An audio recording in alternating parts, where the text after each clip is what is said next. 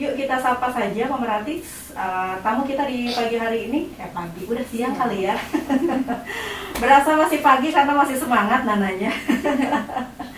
Ada Teh Intan dari Sabilah Care. Halo, selamat pagi. Selamat pagi aja deh biar semangat ya Teh ya. Mulai pagi menuju siang. Betul. Kalau udah jam 11 gimana?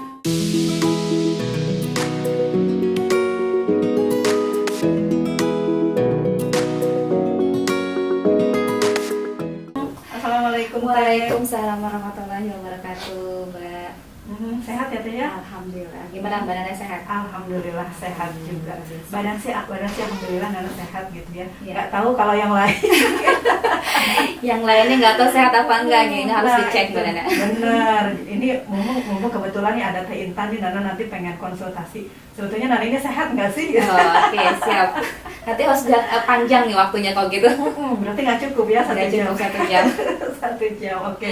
Nah, Anda juga pemerhati boleh ikut berpartisipasi, boleh bertanya, boleh berkonsultasi, boleh juga kalau pengen tahu lebih jauh tentang Sabilah Care, boleh telepon 221286, boleh juga SMS atau WhatsApp di 081388880931, atau boleh juga melalui akun Facebook kami di Suara Perintis Sukabumi. Boleh bertanya di kolom komentar ya. Oke, kita langsung saja berbincang-bincang dengan Teh Intan. Teh Intan, Ya. ini kan Nana belum banyak tahu nih tentang Sabilah Care ini. Tentunya juga pemerhati bertanya-tanya gitu ya. Apa sih Sabilah Care? Kemudian juga yang bisa kita dapatkan dengan program di Sabilah Care itu apa saja? Programnya juga apa aja? Dan Nana mulai deh dari latar belakang kali ya. Sabilah Care ini didirikan. Kemudian kenapa sih Teh Intan sampai begitu sampai berniat gitu ya untuk mendirikan Sabilah Care ini? Oke, bismillah. Ada tegang juga di badan. Jadi gini, Sabilah Care itu merupakan wadah ya. Jadi sebagai bentuk komitmen kami dari brand Sabilah Simple Sari and Elegan. Karena gini, Sabilah itu keajaiban buat kami gitu. Jadi Sabilah maju saat ini bukan karena ownernya yang hebat atau bukan juga karena produknya yang bagus, tapi ini benar-benar karena keajaiban Allah gitu. Makanya kita akhirnya tim berpikir bagaimana nih cara bentuk syukur kita sama Allah gitu. Akhirnya oh ya, berarti kita harus mulai sekarang fokusnya adalah bagaimana kita bisa bermanfaat untuk sebanyak-banyaknya umat manusia, makhluknya Allah. Akhirnya tercetuslah ide dimana kalau kita bikin beberapa kelas gitu, dimana kan sekarang tuh butuh banget edukasi ya, karena susah banget untuk dapat edukasi tentang siapa diri kita gitu kan. Akhirnya kita ada beberapa program sih Mbak Nana. Di antaranya itu kita punya kelas healing, kelas healing herbal. Jadi ala Rasulullah, pengobatan ala Rasulullah. Kita cuma punya 4, yaitu madu, zaitun, habat, dan sari kurma. Itu bagaimana bisa diracik untuk menjadi agar kita tuh hidupnya sehat gitu dengan 4 hal itu aja gitu. Nah itu ada, kita pernah melakukan 2 kali kelas itu. Insya Allah nanti akan lanjut. Terus kita juga ini bikin kelas self improvement class atau kelas perkembangan diri. Nah ini yang paling menarik, yang sekarang lagi rame dengan teman-teman. Karena di kelas ini kita belajar tentang bagaimana kita bisa memperbaiki diri kita lebih baik agar terus bertumbuh menjadi lebih baik. Nah, jadi sekarang itu banyak banget orang-orang yang istilahnya stres kali ya, bahasa stres, bingung, gitu, depresi, apalagi datangnya corona ini luar biasa, informasi yang mengalir luar biasa, nggak bisa kita hentikan gitu. Akhirnya membuat kita blank, sebenarnya mau kita apa sih gitu, kok aku masih merasa hampa, masih merasa galau gitu kan. Akhirnya mereka bingung gitu, mereka hanya mengikuti arus, tapi mereka nggak tahu harus mau kemana, dari mana, dan mau kemana gitu. Akhirnya ini kelas ini cocok banget. Akhirnya kita buka kelas ini dan lumayan responnya bagus banget, dan ini sedang berjalan. Terus kita juga insya Allah nanti mau buat kelas parenting yang beda dari yang lainnya gitu ya. Nanti ditunggu aja. Terus Sabilah Care juga kita punya kegiatan Jumat berbagi.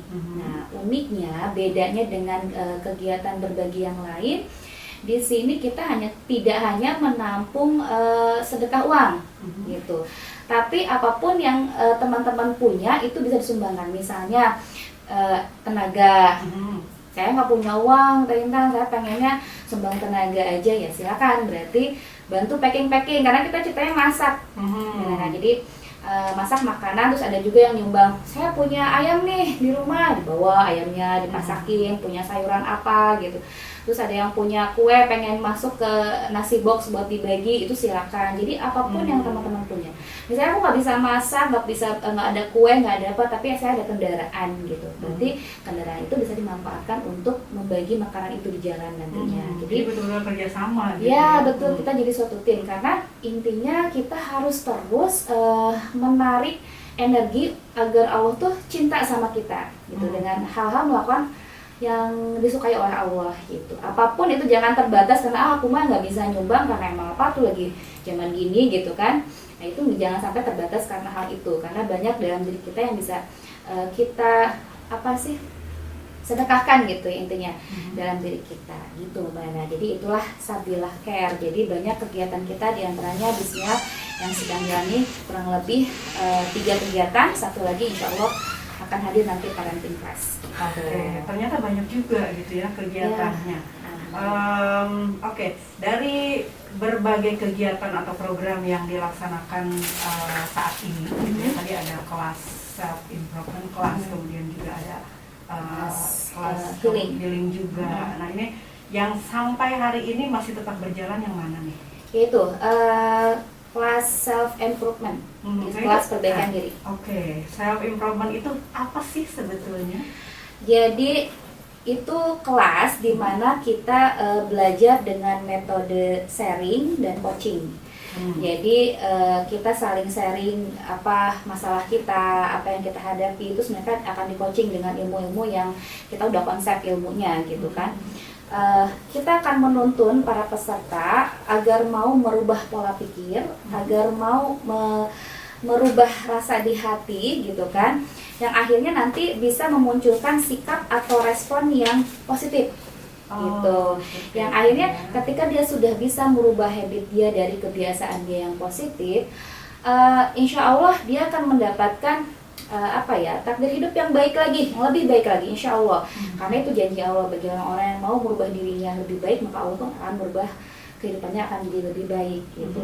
Dan mereka akan dituntun dengan mengenal siapa diri mereka sendiri gitu. Apa aja mental block yang menghalangi mereka, apa sih sampah-sampah dalam hati yang mereka punya yang selama ini menghalangi rizki dari Allah gitu. Jadi sebenarnya kan rizki itu sebenarnya mengalir begitu deras dari Allah, tapi terhalang nggak sampai ke kita itu karena ada hal dalam diri kita yang menghalangi gitu. Jadi itu, ya kita harus cari ini ganjilannya apa. Makanya kita coaching mereka untuk mencari apa yang jadi halangan bagi mereka gitu. Dan mereka juga dilatih untuk melakukan hal-hal seperti terapi syukur nantinya, terus melakukan kebaikan dengan 3 dimensi. Akhirnya mereka memahami, dan yang jelas mereka harus mengenal diri mereka sendiri dulu. Itu sih intinya. Jadi ketika kita sudah mengenal diri kita sendiri, oh iya ya, saya tuh punya ego yang pemarah selama ini gitu. Jadi atau enggak, saya tuh pemalu banget orangnya. Jadi oh, kamu tuh punya ego pemalu yang selama ini menghalangi kamu untuk bertumbuh gitu. Akhirnya dia nggak bisa tuh produktif, nggak bisa buka usaha sendiri gitu, nggak berani tampil gitu. Padahal dia punya keahlian yang bagus gitu. Seperti itu sih. Jadi lebih ke psikis gitu ya, tidak bukan hanya ke fisik saja, tetapi lebih ke psikis, kemudian juga bagaimana keimanan kita mungkin seperti betul, itu ya. Iya, nanti arahnya akhirnya ke situ. Akhirnya kita akan ke situ. Jadi kita akan memahami siapa diri kita dan kita harus menjadi seperti apa, itu berdasarkan tuntunan kita ya, Quran sama hadis gitu. Oke. Boleh kasih bocoran nggak Teh? Nanti kita yang akan kita pelajari di kelas ini apa aja? Nanti tuh kita akan belajar, pertama kita akan belajar mengenai integritas diri. Jadi bagaimana kita harus mensinkronkan pikiran kita, hati kita, dan sikap kita. Jadi gini, Mbak Ana, kadang kan misalnya Mbak Ana ngajakin aku pergi nih, keluar gitu kan, terus tiba-tiba ayo kita pergi aja. Mbak Nana tuh ngerayu aku, ayo kita pergi jalan-jalan. Bete lo di rumah ngapain gitu kan, mending kita jalan. Pikir iya sih, secara pikiran aku pengen banget pergi gitu. Tapi secara hati aku tuh lagi nggak nyaman gitu. Misalnya nggak nyaman karena aku punya kekhawatiran dengan tugas aku sendiri gitu. Tugas aku yang numpuk banget. Tapi karena ayo terus pikir nggak enak juga ya, Mbak Nana udah ngajak-ngajak gitu. Akhirnya pergilah aku sama Mbak Nana gitu. Pas jalan-jalan seneng sih, have fun gitu, asik gitu. Pas pulang ke rumah ternyata mulai ngerasa, oh ya tugas aku ini gimana gitu. Karena saya nggak tahu bahwa saya punya ego panik dan saya tuh nggak diketahui, akhirnya muncul paniknya. Akhirnya ego panik itu bikin kita stres, nggak bisa mikirnya, marah-marah ke orang serumah gitu. Aduh ini tugas, ya karena saking paniknya tugas belum kekerjain, terus di rumah kondisi juga nggak nyaman, misalnya anak yang rewel, suami yang santai gitu aja nggak bantuin kita kerja, kan itu bikin marah. Betul. Akhirnya ketika itu terjadi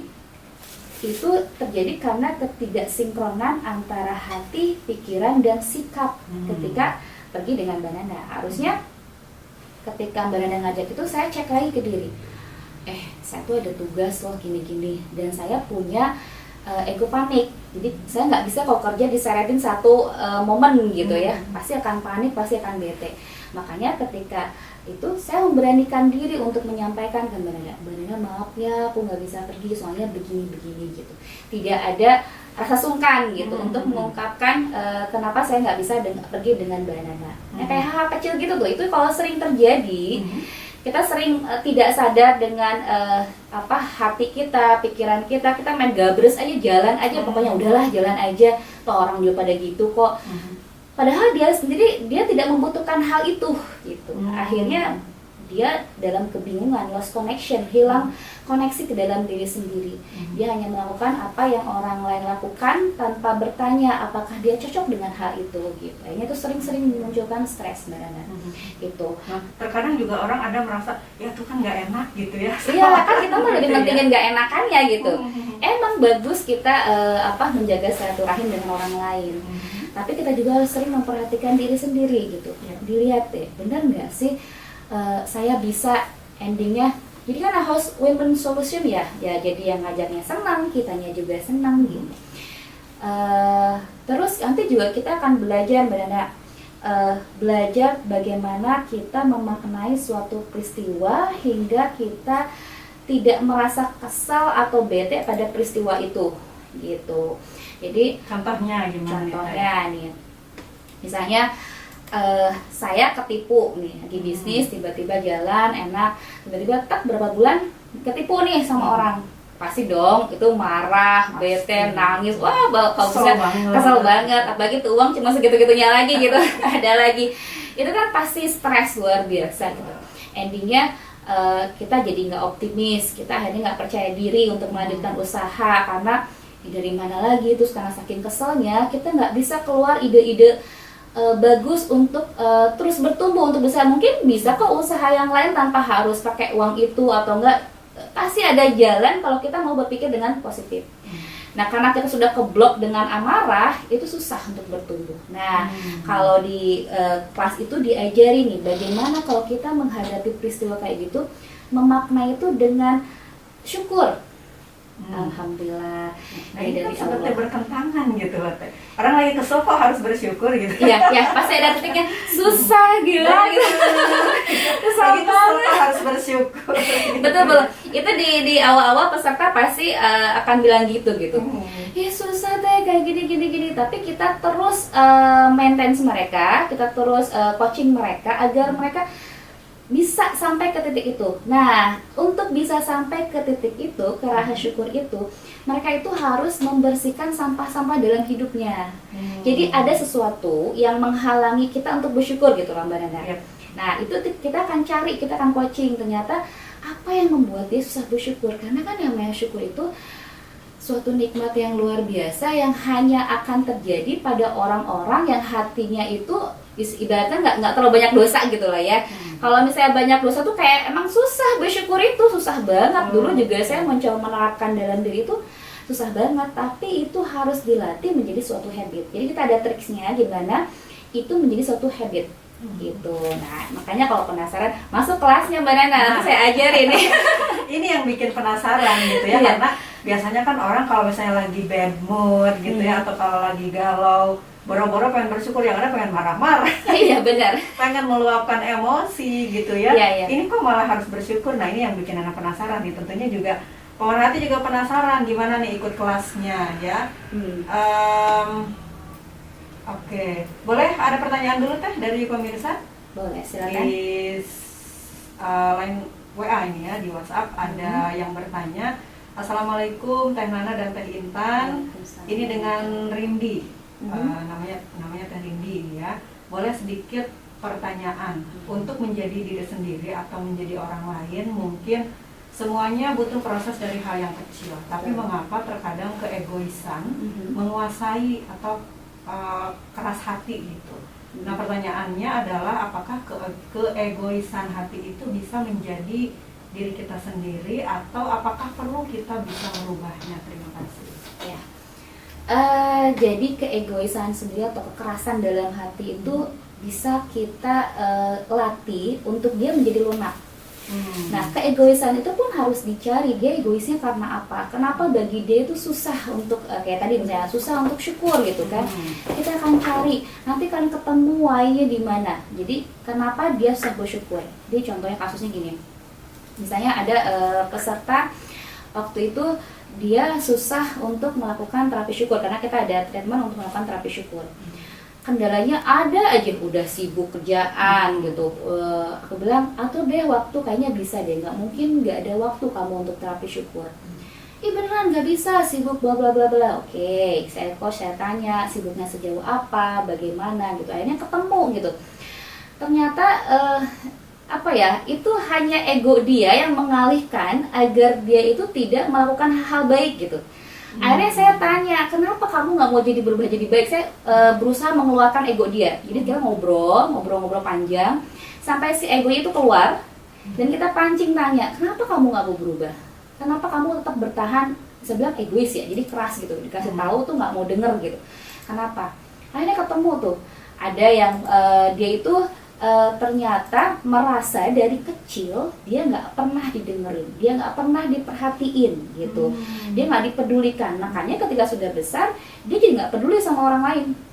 Gitu. Jadi ngerasa udah bener kok, gue udah ngelakuin itu kok, ikhlas gitu, aku tahu gitu. Jadi susah untuk masuk ilmu tuh gitu, karena dia merasa ilmunya sudah cukup dan saya sudah menjalani, tapi emang nggak ada efek kok gitu. Itu saking keras-kerasnya banget hati. Nah itu perlu di treatment kan.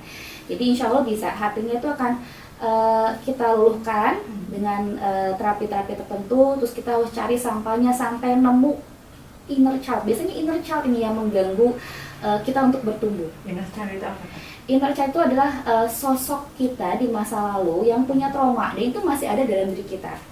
Gitu. Misalnya dulu kita trauma pernah dibully orang tua lah, misalnya kita pernah kekerasan pada fisik kita gitu ya waktu kecil.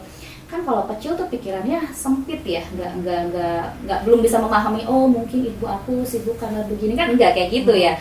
Pokoknya saya kan cuma pengen minta beli permen tapi aku dipukul gitu. Kenapa aku dipukul? Kan cuma gitu doang. Akhirnya dia nangis, sedih. Nah, inner child ini yang berulang-ulang kejadiannya terus terjadi, akhirnya membuat dia bahwa saya itu emang bukan anak yang diinginkan, saya itu emang bukan anak yang berarti buat orang tua aku. Akhirnya dia mempunyai ego itu yang terus ada dalam diri dia sampai dia tumbuh besar. Nah biasanya itu ego yang inner child itu yang mengganggu dia untuk nggak terima orang lain, dia nggak bisa terbuka, dia susah untuk berubah. Itu dari situ. Nanti kita akan cari ke situ, pasti ada. Gitu.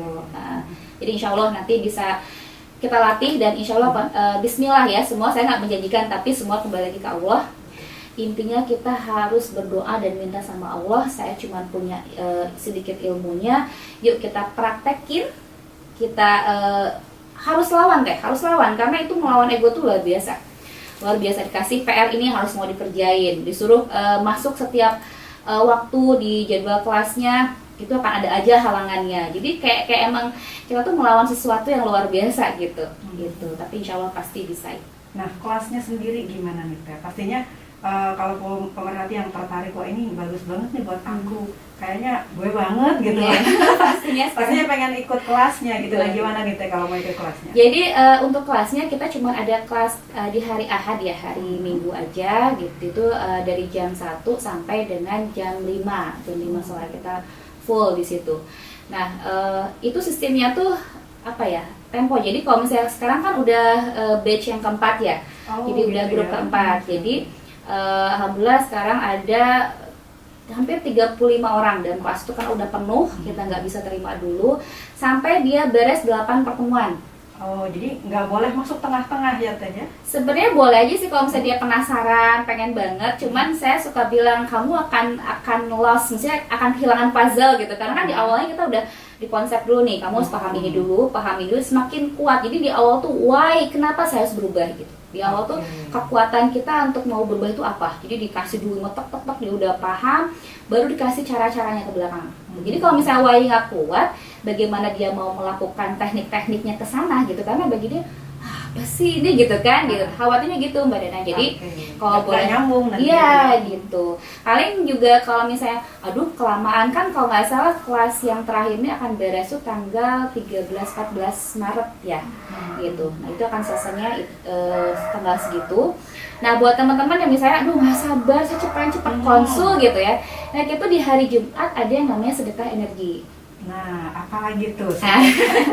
Kan yang tadi tuh kalau hari Jumat di Sabila Care tuh bisa sedekah apa aja gitu, termasuk sedekah energi. Jadi teman-teman yang udah bisa mementor, coaching orang lain gitu kan, alhamdulillah. Jadi si yang dulunya peserta itu akan kita minta ke mereka untuk mau membantu orang lain juga. Oh. Ya, karena jadi praktek gitu ya. Betul, karena intinya ilmu itu akan lebih banyak dia dapat ketika dia praktek sama orang lain gitu. Nah, akhirnya teman-teman bersedia untuk ngadain sinergi energi di berbagi energi di hari Jumat. Jadi teman-teman yang mau konsul itu insya Allah free. Nanti untuk masalah tempat di mana-mananya itu bisa kontak hubungin Ibu Yanti bagian admin kita. Oke. Gitu. Jadi ini kadang kan orang biasanya malu gitu, aku saya mah izin kan sih ketahuan gitu. Insya Allah kalau rahasia pasti terjaga Teh. Itu udah jadi kode etik kita nggak akan menyampaikan, oh si ini mah jangan akan jadi ladang gosip gitu ya. Insya Allah nggak akan, karena gosip itu pun salah satunya kunci hati itu terkunci gitu. Jadi kita bagaimana menghindari gosip. Jadi kalau misalnya sama saya dengan mentor lagi konsul nih menghadapi satu peserta, ini gimana caranya, bismillah, kita ini niatan karena untuk memperbaiki orang itu bagaimana, kita perlu diskusi kan gitu. Bismillah, insya Allah terjamin. Jadi nggak akan inilah bocor. Dan ini juga Mbak Nana, sebelum aku lupa nih, jadi penyakit fisik yang kita punya itu sebenarnya penyebabnya itu dari penyakit emosi. Nah, ini menarik lagi. Ini Nana baru tahu nih apa sebetulnya. Kadang kan kalau misalnya kita sakit gitu ya, yang kita salahkan itu biasanya salah makan gitu. Iya. Atau misalnya karena kemarin hujan-hujanan sekarang jadi sakit, masuk gitu. angin, si angin disalah-salahin itu. Padahal anginnya nggak tahu di mana. Nah, ini seperti apa nih Teh? Jadi gini, sakit emosi itu ngaruh ke fisik. Contohnya kayak misalnya orang-orang yang suka cemas, misalnya panikan, terus aduh ntar besok gimana ya? Kok dia belum datang ya? Aduh ini gimana? Aduh kok lihat WA dia jawabannya gini sih, kok nggak dia balas-balas, itu was-was, kepikiran gitu, sampai kadang sehari itu akan biasanya sering sakit lambung. Gitu. Makanya kalau udah tahu dia cerita aku tuh sering sakit lambung, apa yang diwaswaskan, apa yang dipikirkan, nggak ada gitu. Coba deh sharing gitu, pasti nanti ketemu akhirnya. Ya, banyak sekali yang dia khawatirkan gitu. Kayak misalnya darah tinggi itu. Saya tuh sakit darah tinggi itu biasanya karena banyak pressure dalam dirinya yang dia nggak bisa keluarin emosinya. Jadi dia tahan dalam diri. Jadi sebenarnya amarah itu tidak boleh ditahan ya Mbak Nana. Jadi kalau misalnya Mbak Nana marah, baik itu emosi itu kan bisa marah, bisa sedih, bisa kesal, bisa bad mood ya. Itu nggak boleh ditahan, nggak boleh. Jadi harus diselesaikan gitu. Saat itu juga, karena kalau nggak diselesaikan saat itu juga, dia akan menimbulkan masalah berikutnya.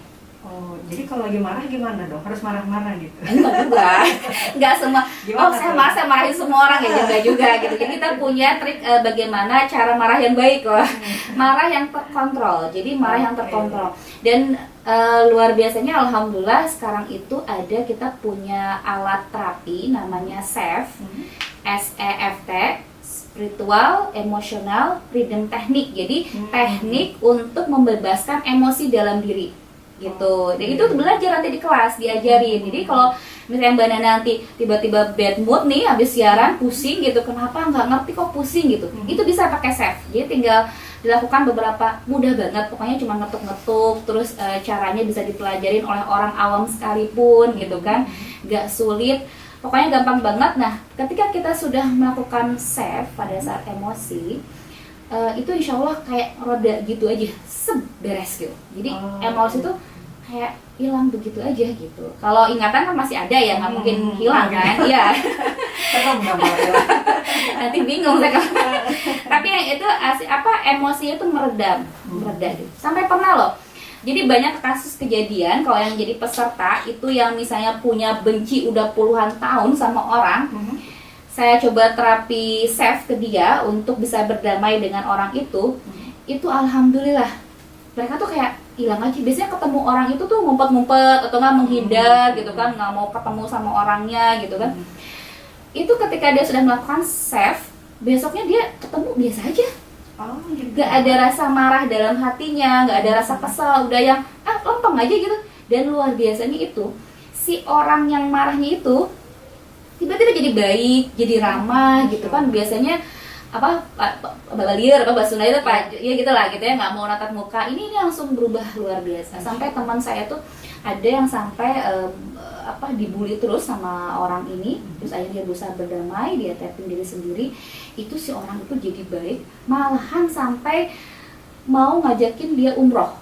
Masya Allah. Itu luar biasa. Makanya keajaiban Allah tuh luar biasa ketika kita bisa menghandle amarah kita di koridornya Allah, selalu mengingat Allah pada saat kita marah, dan kita bisa mengendalikan amarah itu efeknya luar biasa. Hadiah dari Allah tuh luar biasa benar-benar. Jadi emang SEFT ini keren lah, kalau buat saya itu keren banget. Jadi harus dipelajari oleh teman-teman yang banyak stres, banyak marah-marah, banyak kesal. Ini wajib dipelajari gitu di kelas Sabila ini. Ini menarik banget nih pemerhati ya. Jadi kalau Anda ingin tahu, nanti Nana akan share kontak person ya dari Sabila Care ini, harus menghubungi kemana. Kalau pengen tanya-tanya tentang kelasnya juga boleh, atau misalnya mau konsultasi nih boleh juga ya. Boleh, nanti kita ada kontak personnya. Nah pemerhati, kita nanti juga akan mendengarkan testimoni dari peserta kelas ya, tapi tentunya kita simak dulu beberapa informasi yang harus Nana sampaikan dulu berikut ini. Tetap di 93,1 Suara Perintis, My City, My Radio.